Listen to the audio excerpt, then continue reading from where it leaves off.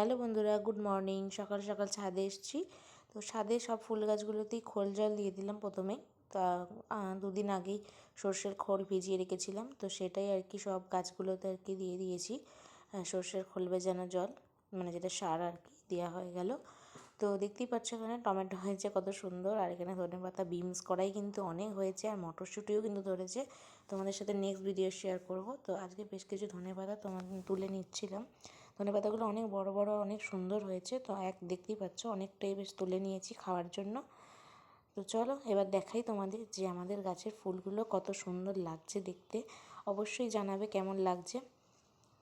আর এগুলো দেখি না মন ভরে যায়, মানে এত কষ্ট করে ফুল গাছগুলো লাগালে আর এই এত সুন্দর ফুল বা যে কোনো ফল বলো, তো গাছ কষ্ট করে গাছ লাগানো, তারপরেই ফুল ফল হলেই না সব কিছু সার্থক হয় যেন মনে হয়। যাই হোক, দেখতেই পাচ্ছ সব রকমের ফুলগুলি তোমাদের সাথে শেয়ার করছি। তো এখানে এগুলো আর কি ফুটতে শুরু করেছে, আরও অনেক ভর্তি গাছ হয়ে গেছে। আর এখানে ডালিয়া ফুলটা দেখো জোড়া হয়েছে।